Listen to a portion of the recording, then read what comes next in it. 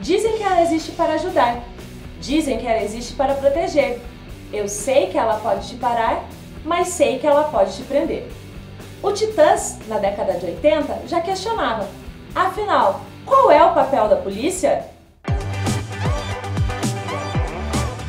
Olá pessoal, eu me chamo Ana e esse é o canal Ciência Campos Gerais, um canal de divulgação científica colaborativo que visa reduzir as distâncias entre a universidade e a sociedade.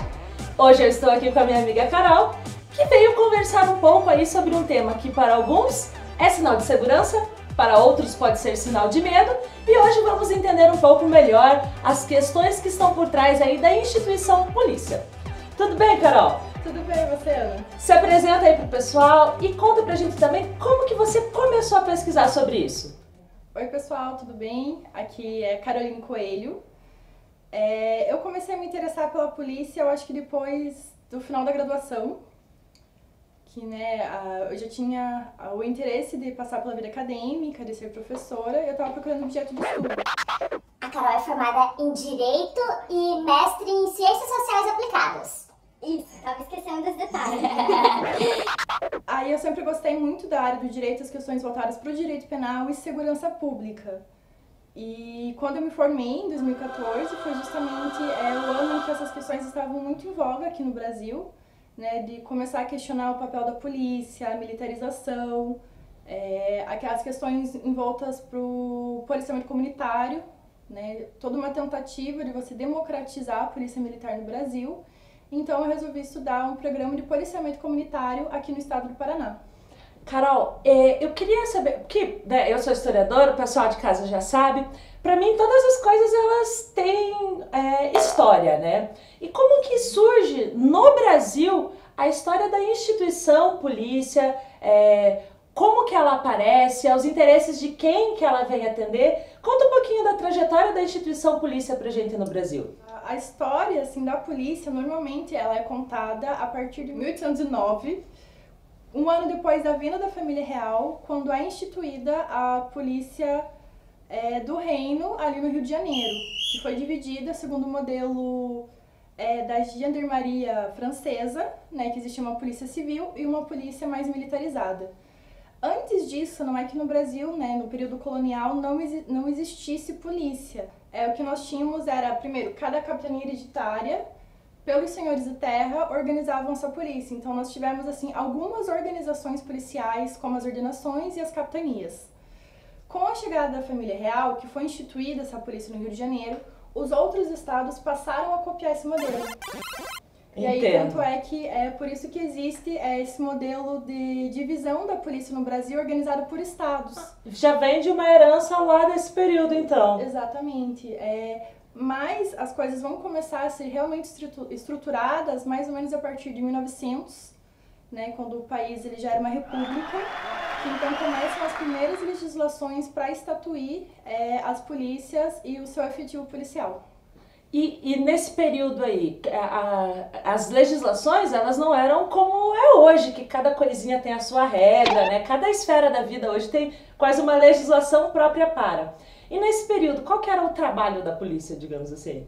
Aqui no Brasil, a polícia ela tinha algumas atribuições, mais ou menos a partir da vinda da família real, que eu posso falar é que começou essa divisão entre uma polícia civil, que é uma polícia mais judiciária, né, uma polícia que vai começar a investigar, né, crimes e outros assuntos um pouco mais administrativos, deixando a cargo da polícia militar, né, ela não tinha esse nome ainda, mas era uma instituição militarizada, que era a polícia ostensiva, né, que ficava a cargo justamente das prisões, algumas questões assim de saúde pública, a própria polícia realizava, né, de saneamento básico.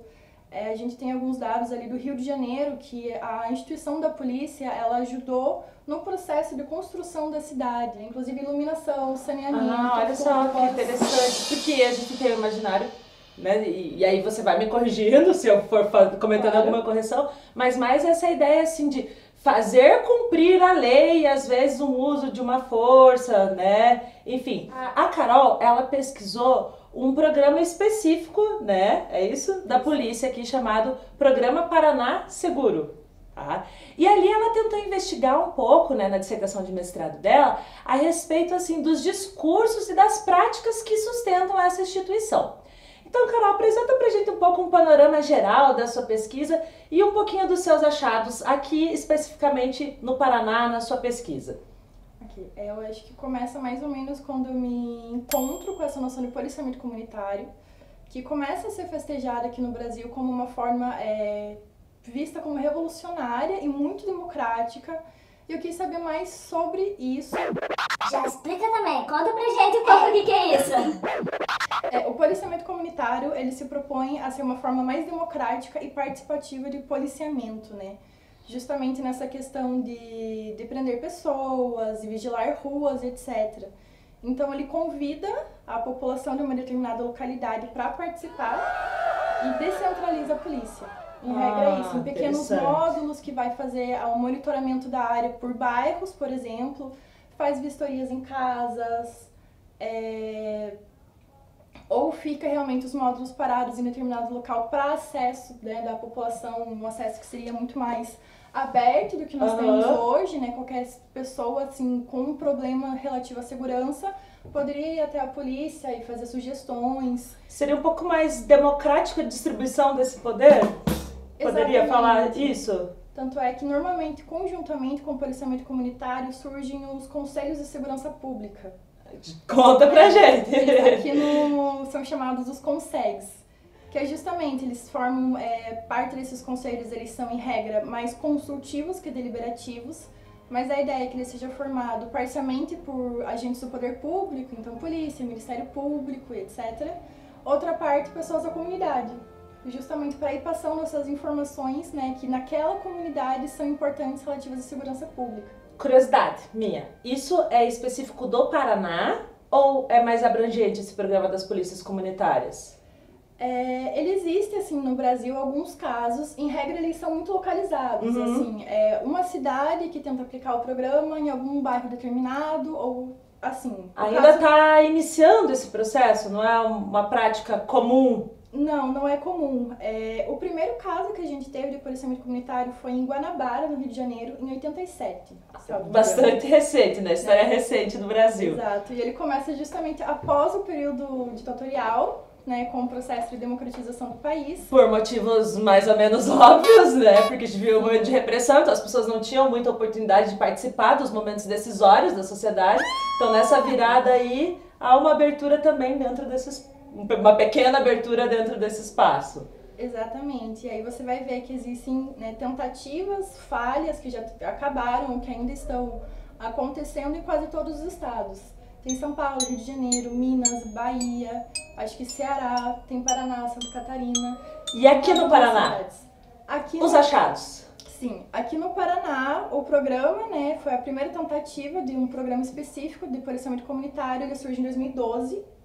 Né, com toda uma legislação ali e fazendo parte de um programa maior, que é o Programa Paraná Seguro, que ele tinha várias vertentes e não simplesmente a polícia. Ah, sim. Eram todas as áreas específicas da segurança pública que seriam importantes aqui no Paraná, realmente transformar numa política pública. Não adianta só um segmento, né? Precisa uma reforma ampla aí no processo, né? Exatamente. E aí as unidades Paraná Seguro seriam um braço disso. A primeira delas foi implementada em Curitiba, no bairro de Uberaba, e a cidade ao todo ela recebeu 10 unidades espalhadas em alguns bairros, que são bairros mais periféricos, né? Cidade industrial e outros bairros em torno da cidade, como Uberaba, Parolim, Uberaba e Parolim, não consigo lembrar, e etc. Não consigo lembrar. Pega lá a dissertação dela e revê que tem tudo detalhado lá, com certeza. E ainda foram instaladas em outras cidades, Londrina, Cascavel e região metropolitana de Curitiba, que foi Colombo e São José dos Pinhais. Só que cada uma dessas cidades recebeu apenas uma unidade. Curitiba recebeu 10, então teve você pôde visualizar melhor, de repente, os resultados dessa ação. Exatamente, tanto é que daí a dissertação focou na cidade de Curitiba e nos dados que Curitiba apresentou, até porque eram os dados mais com uma qualidade maior, né? Dos outras cidades o processo não era tão transparente. Ahá. E aí a ideia desse programa era juntar esse tipo de policiamento que seria mais comunitário, que seria mais democrático, né? fazendo todo um trabalho de atualização profissional com os policiais militares, unindo certos programas sociais ou voltados para a cidadania. Poxa, que interessante. Eu tô conhecendo agora, claro que eu li um pouco alguns dos trabalhos que você escreveu, mas agora com pormenores muito interessantes. Então teve um projeto também, assim, formação também desses policiais para esse tipo de trabalho. Sim, teve uma formação, porque o policiamento comunitário ele não surge no Brasil. Ele não é uma ideia brasileira, é uma ideia estadunidense, que espalha para a Europa, inclusive, e Japão, e temos algumas polícias assim no mundo que trabalham sobre essa perspectiva do policiamento comunitário. Então tem alguns policiais, inclusive, que fizeram um treinamento com pessoas de fora, especialistas nisso. Ah, puxa, que interessante. E aí, assim, dados, você conseguiu perceber a diferença? Olha, a diferença que aconteceu em relação à segurança, né, segurança pública, número de ocorrências ou de crimes nos bairros, ele diminuiu no primeiro mês de implantação do programa, que foi feito todo o congelamento das áreas, patrulhamento efetivo dessas áreas com muitas prisões e apreensões, mas após isso a criminalidade voltou a subir. Depois o que teve foi uma falha do próprio programa, porque a maioria dos módulos policiais que foram instalados, né, que eram as unidades efetivas, primeiro, eram containers sem qualquer tipo de estrutura, com um contingente policial muito baixo. Assim, aí fica difícil de trabalhar também, né? Exatamente, para bairros ali com cerca de 1000 moradores, o contingente policial às vezes não era 5. Entendo. Então inviabilizou completamente o programa. O braço que realmente começou a ter um resultado e que eles foram mais efetivos foi a questão dos trabalhos voltados para a cidadania. Que aí foram feiras e outros programas e tudo mais. Eu quero esperar as vizinhas pararem de conversar pra gente continuar. Quer que eu pare aqui? Pode pausar. Carol, uma coisa que eu vi bastante assim no seu trabalho, né, até tá no título do teu trabalho, são alguns conceitos que imagino serem fundamentais, que é a ideia de polícia da repressão e polícia da biopolítica. Que uma passa para a outra, enfim, você explica esses conceitos primeiro pra gente, e aí aplicado ao seu trabalho, como que isso, você conseguiu visualizar essa questão? O primeiro conceito ele vem justamente da caracterização geral da polícia no Brasil e da função da polícia em si, né? Voltado para essa polícia ostensiva que é a polícia militar, que é a repressão, né? Repressão ao crime, repressão das condutas que pelo Estado são consideradas ou subversivas ou ilegais. A polícia ela sempre foi utilizada assim no Brasil desde o começo. E nós temos dados, né, que confirmam que a polícia militar, por exemplo, é uma das mais agressivas no mundo, né? O número de mortes, né, violentas em relação ao efetivo da polícia é muito grande. Eu já vi alguns dados, assim, por exemplo, de que no Brasil é uma das polícias que mais mata e que mais os policiais são mortos. Também acho que vem um pouco dessa lógica da polícia da repressão, né, do confronto, assim, né? Exatamente, são os índices de letalidade e mortalidade policial. Realmente, é uma das polícias que mais mata no mundo. E muitas vezes existe, né, uma ideia social de que isso se dá simplesmente em grandes centros urbanos, como Rio de Janeiro, né, que seria uma situação mais caótica. Mas se você começa a comparar os dados de estado para estado, todos são muito violentos. Realmente é uma polícia que tem esse problema e existem muitas pesquisas que se referem ao fato de que isso acontece por ser uma polícia militarizada. Biopolítica. Exato. O conceito de polícia biopolítica vem do referencial teórico utilizado, né? Quem que você leu? Michel Foucault. Foucault. E outros autores, né, que seguem essas teorias do Foucault, que é justamente a passagem que ele vai fazer de uma noção de Estado-nação e poder de soberania para o poder, pro biopoder, né, e a ideia de biopolítica. Que ele vai falar que com essa passagem para a modernidade, a criação dos estados, né, estado administrativo e tudo mais, o que aconteceu foi que o poder de soberania ele deixou de ter tanta importância e se erigiu esse poder biopolítico que ele é mais gerencial e administrativo.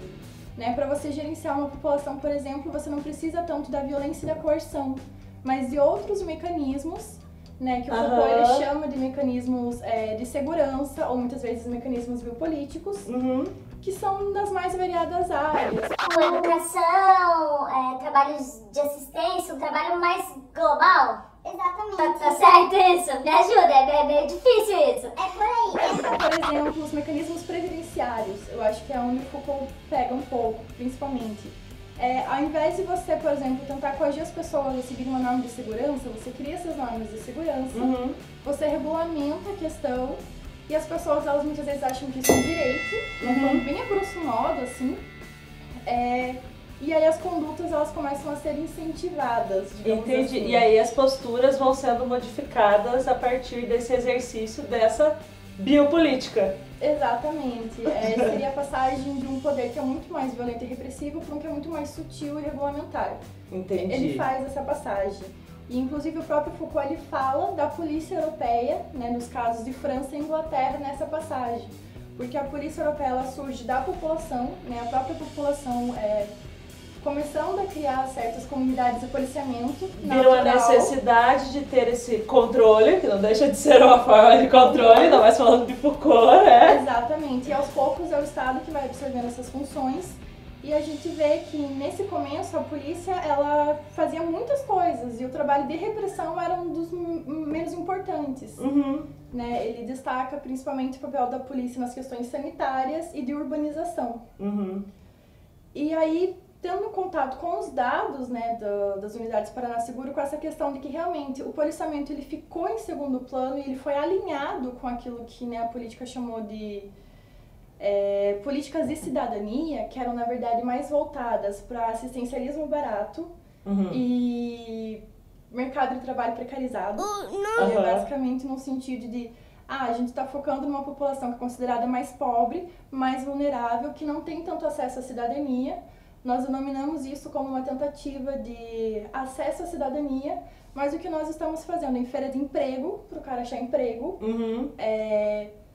educação técnica e profissionalizante e pouquíssimas coisas relacionadas mesmo com a noção de cidadania, assim, uma noção mais clássica. Isso que eu tô pensando, que não são medidas necessariamente para emancipação desses sujeitos, mas só remediando uma situação que lhes é dada, imposta pelas condições socioeconômicas, políticas do nosso país, né? Exatamente.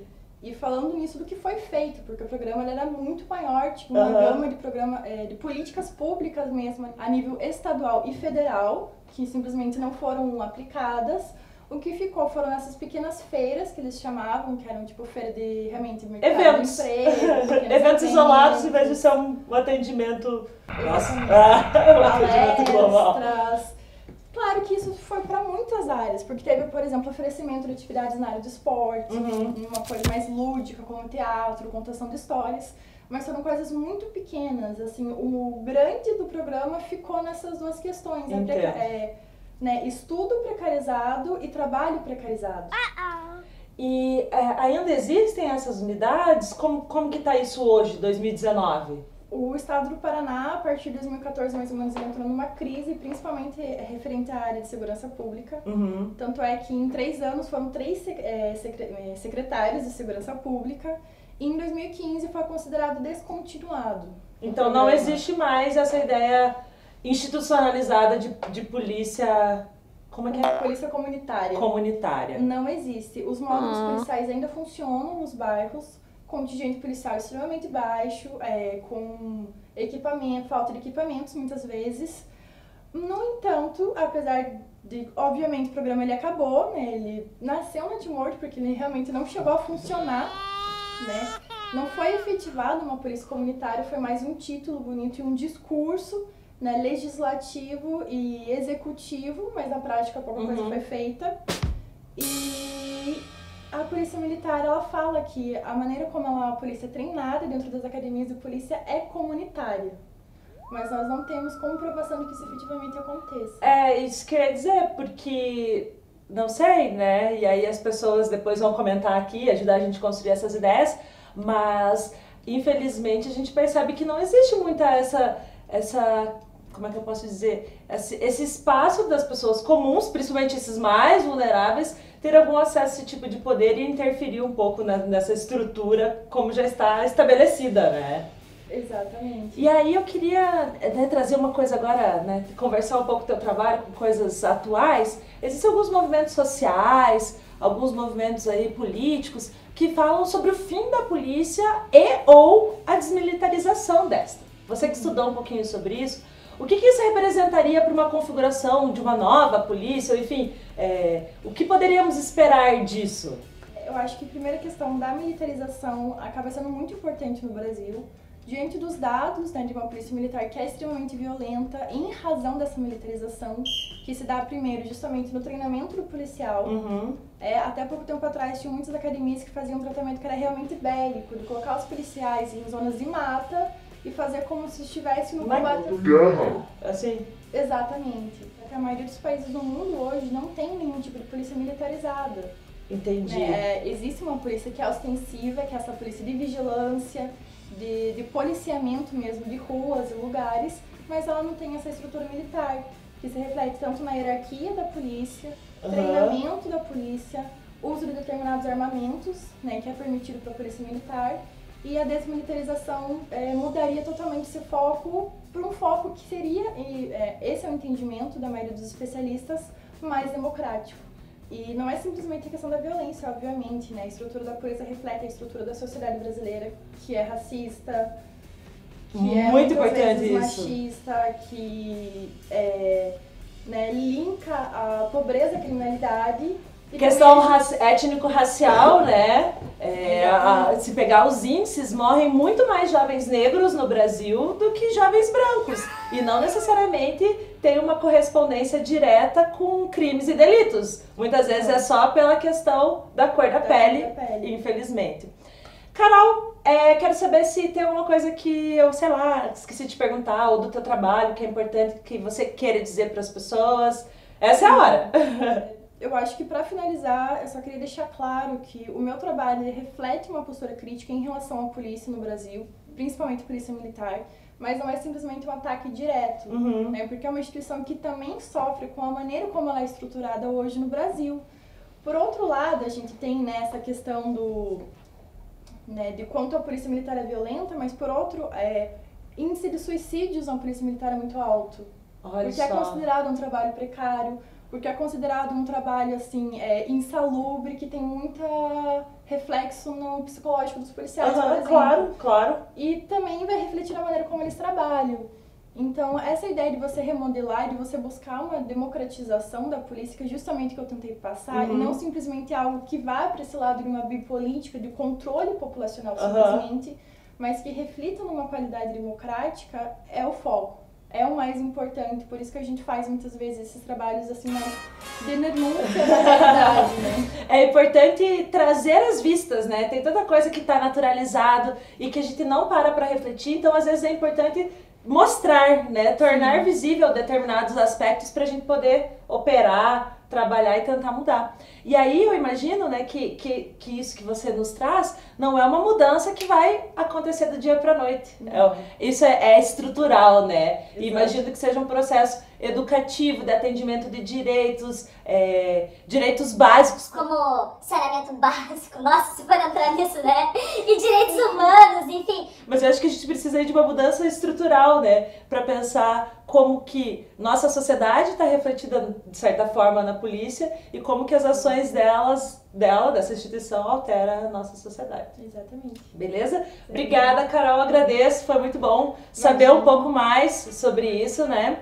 E se você, assim como a minha amiga, quer também vir comunicar a sua pesquisa e entende a importância de divulgar ciência de uma maneira mais simples, né, como um bate-papo que estamos fazendo aqui, escreva pra gente. Vamos tentar aí construir uma sociedade mais igualitária, mais justa, sem preconceitos e tentando entender aí muitas coisas que estão ocultas, mesmo quando estão diante dos nossos olhos. Então é isso, pessoal. Agradeço você que ficou até aqui. Não esqueça de deixar o seu joinha, se inscrever no canal e ativar o sininho para receber todas as notificações. E não esqueçam, né, das nossas outras atividades. Nós também estamos no Facebook, estamos no Instagram e temos as nossas hashtags aí semanais, né? Hashtag InfoGerais e o hashtag TBT da Ciência, que vamos também aí trazendo aspectos do nosso cotidiano, da nossa sociedade, por vezes relacionados aos temas da semana. Quarto pro limpar o nariz que tá escorrendo. Não acabou! Você sabe que vai... Droga! Então é isso, pessoal. Muito obrigada e até o próximo vídeo!